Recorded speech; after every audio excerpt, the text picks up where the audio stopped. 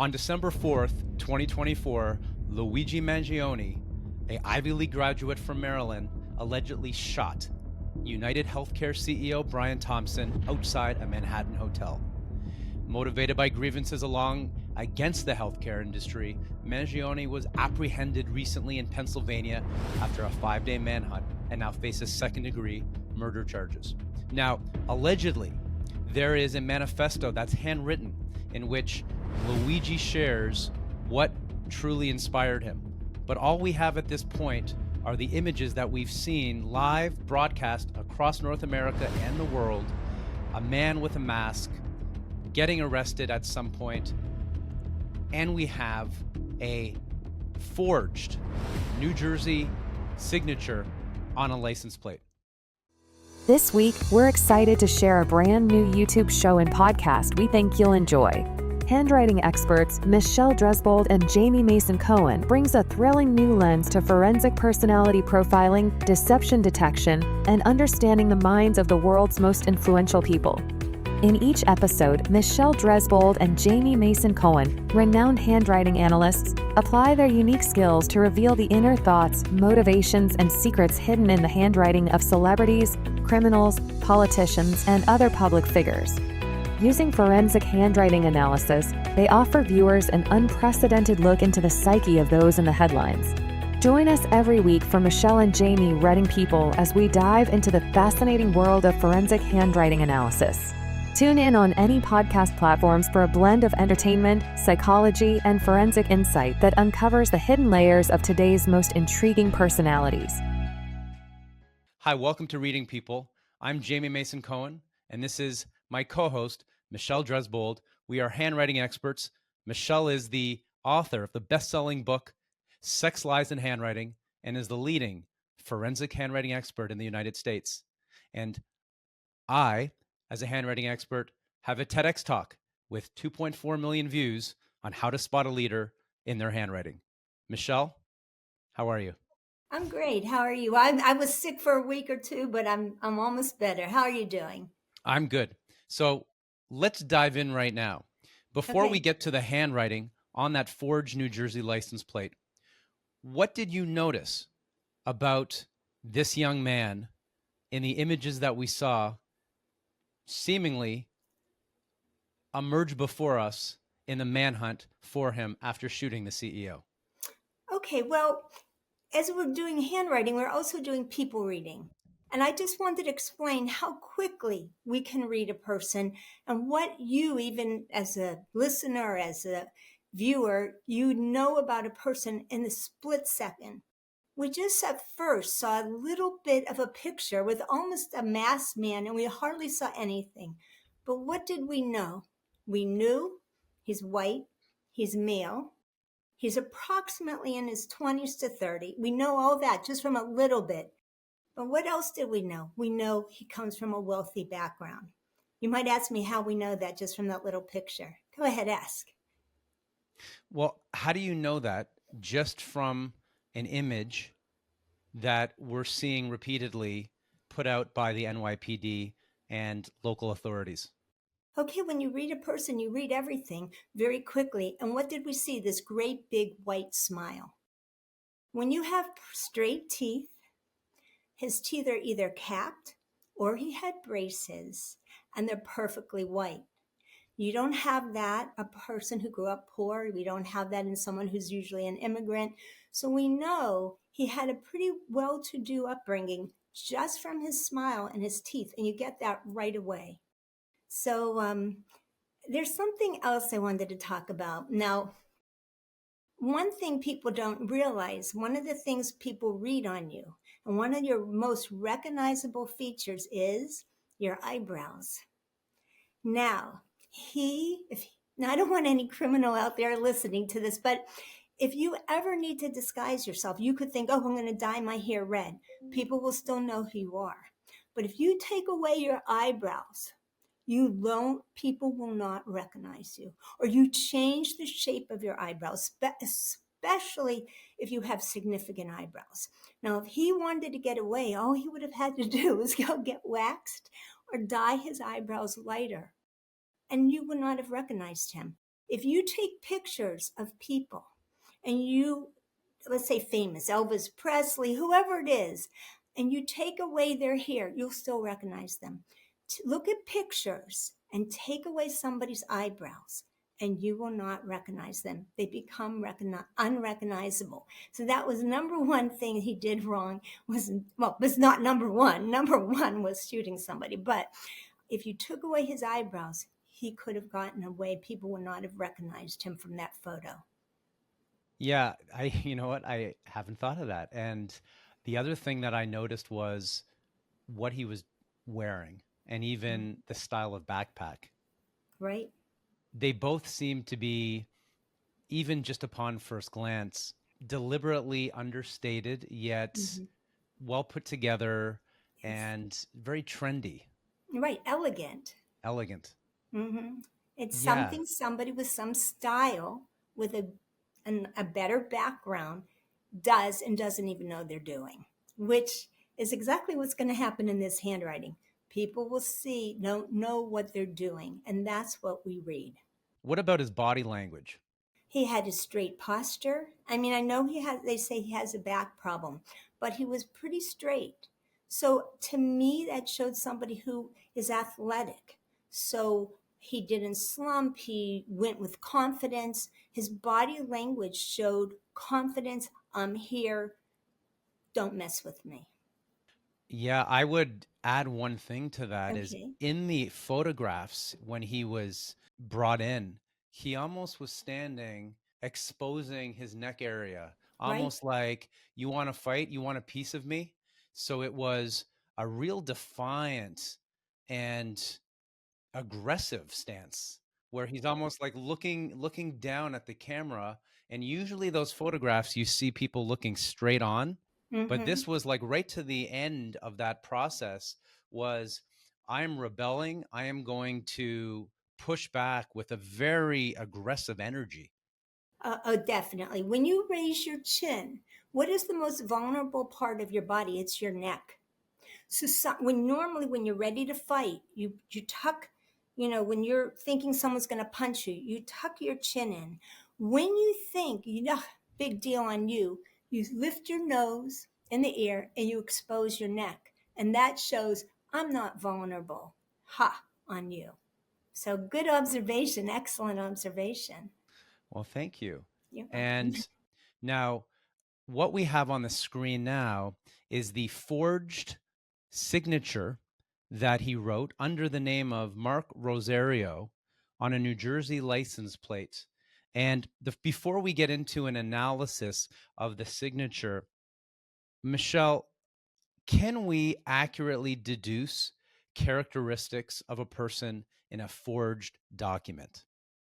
Oh, yes. I mean, especially if that's his writing, you don't know what you're doing. You may try to say, oh, I'm going to put a weird capital letter, but you have characteristics that you put in writing that you're completely unaware of.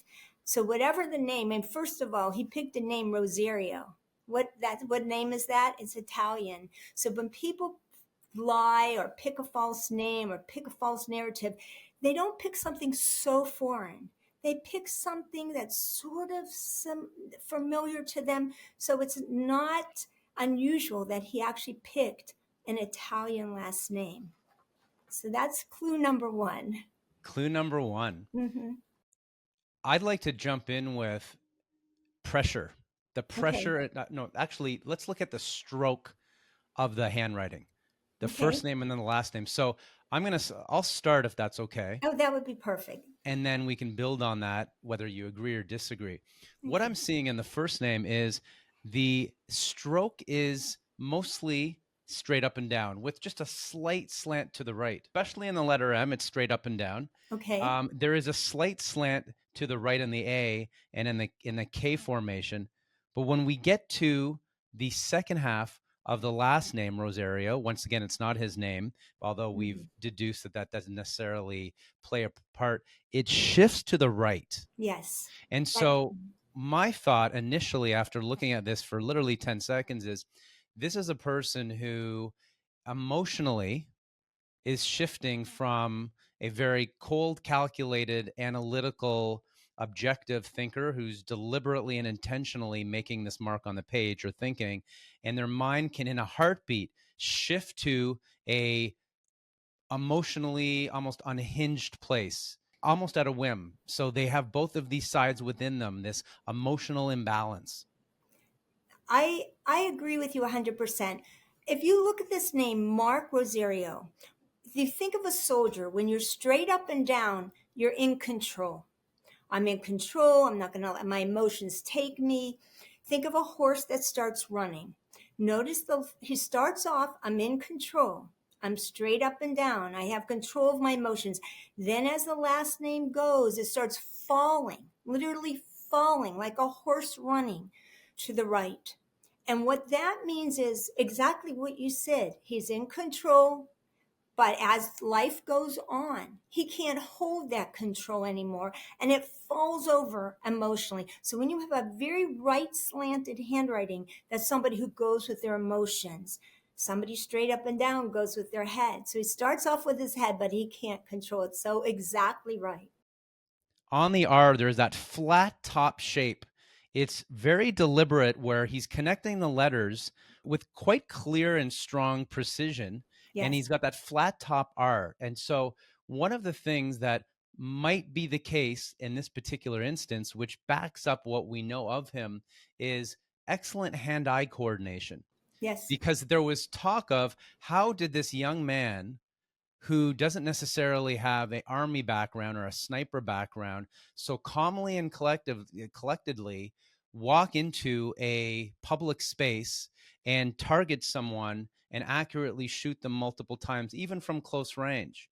And so one of the things I'm seeing here is that this might be the case. He didn't have typical experience, but he definitely is athletic in terms of his ability to connect his eyes to his hand with very deliberate intention. What do you have to say about that? I agree 100%. Also, when you have an R that's flat at the top, it often means somebody's gifted with their hands. They have a special gift.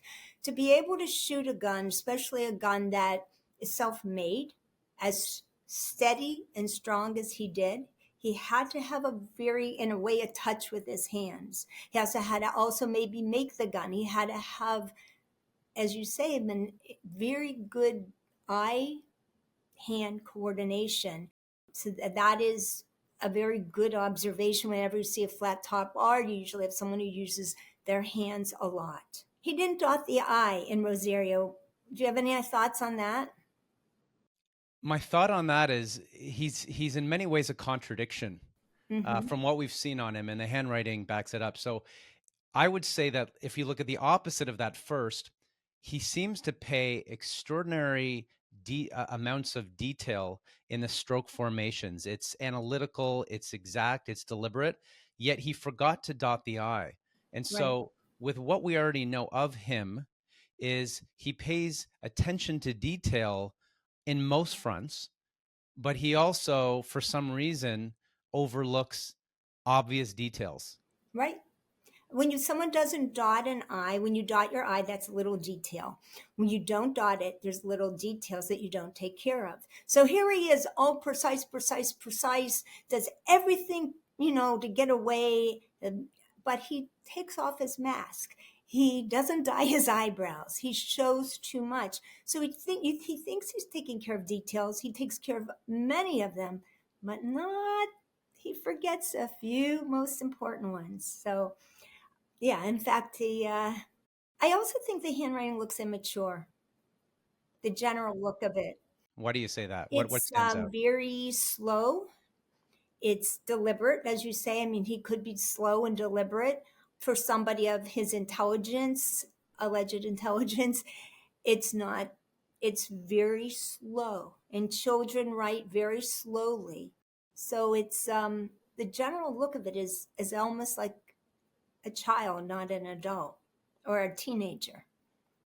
Yeah, yeah, I see what you're saying. One thing I'd like to ask you about, and for us to briefly discuss, is the pressure of the strokes Right. on this particular sample. Now, within context, we don't know the kind of pen he used. Yet when I looked at this, my initial impression is that he's putting a lot of pressure on the page, and Yes. it's a consistent amount of pressure. And so with pressure, the amount of pressure and depth, that's when you press on the page. Yes. That could be that he has trouble forgetting, is that his emotions run deep. It's that he feels things deeply. And because if you combine that pressure with the angles, which are quite angular throughout, rigid and angular and unforgiving, this is someone who has a long memory, and it's combined with a level of rigidity and anger in that thinking. What do you have to say about I that? agree exactly. I'm going to add a few points to that. When somebody, let's say somebody writes and you can read their handwriting 3 pages down, their pressure is so heavy. Those people are actually the most likely to commit an act of any kind. They're obsessive. So somebody who might be a bike racer and ride 100 miles a day will write so heavy that you can read it 5 pages down. I found that with, as I talk about in my book, if someone has lighter handwriting, they're less likely to commit an act or a crime. The heavier the handwriting, the more likely somebody is to actually follow through on what their thoughts are. He never loosens up. It doesn't. Most writing goes a little lighter, a little heavier. His is heavy throughout, which means when he has a thought, it can't get out of his head. It's obsessive. So anybody who has obsessive qualities will write so you can read it a few pages down. And from the thickness of this handwriting, it's almost a guarantee that that's the type of writer he is. Yeah, that intensity and not letting things go Right. and wrapped up like a coil. Yes. There's one other clue in this handwriting. It's the S. Do you see that S? It has a very pointed top. When people have pointed S's, it means they're extremely opinionated. So with between the thickness of the stroke, the heaviness of the stroke, with very strong opinions, that's who this person is, even though he didn't even write his own name. Yes. Yeah, And all of these components add up to create the beginnings of a portrait or a profile a of profile. this individual. Michelle, what other elements that might not have come out yet, even though we've heard so many different rumors and ideas about this young man, that might show up in this particular sample? Well, I think what we might not, or maybe we do know it, his little O's are completely closed. And people, when you have an O and it's open at the top, it means you like to talk. When it's completely closed, you don't want to say a word. So here's somebody who is very secretive. So I've read or heard that none of his friends, or he didn't like tell people beforehand, and they had no clue. When you see somebody in all they're called the communication letters, your A's and O's. When they're completely closed at the top, that person is I call them the spies. They're very, very good at keeping secrets. So it's not surprising that he didn't let people know what was really going on in his head. Yeah, that's such a insightful point. I Mhm. might also ask and add the middle letters, those communication letters, the ink looks to be filled in, Yeah, almost muddied. muddy. So, right, so we have the closed, like you said so memorably, it's the spy. I wonder if you combine that with those muddied writing, which sometimes can be a form of repressed emotion, repressed feeling of some kind, Right. then you're adding to the layers and the dimensions of this complicated mind. You're right. When you have your muddied letters, think of a muddied mind. So, what's one of the things you want to watch out for? Let's say somebody's handwriting starts to get blobs. It could mean a physical illness, but it also can mean mental clutter, mental muddiness. It's dark, and so their thoughts are dark. So that's what you look for, especially if you see a change in the writing. It'd be interesting again if we saw his handwriting from 4 years ago and if it's changed, more muddied. If you see someone's handwriting and their O's and A's start to get darker on the inside and blobs of ink, they're either physically ill or becoming mentally ill. And we've seen this with dictators, with rapists, with murderers, that really muddy middle zone. Yes. Yes. In fact, it's one of the common traits you look for in somebody the common traits that you see in this that you would look for in somebody who's explosive are the starting off straight and in control and then falling far to the right, falling emotionally off the deep end. No release of pressure. That means tons of tension, super opinionated, and the muddied letters. That all adds up to somebody who is having emotional and mental issues. Michelle, before we wrap up part one of the Luigi Mangione analysis, is there anything that we missed that we wanted to touch upon in this sample from his forged signature? I think we've gotten, from that little bit, we've gotten a lot. I think when we see I think it's a 3-page manifesto, we are going to know an awful lot about what went on in this person, no matter what. So I think from just to a name, Mark Rosario, we picked up an awful lot, and we're going to pick up an awful lot more. I'm Jamie Mason Cohen. This is Michelle Dresbold. We are the co-hosts of Reading People.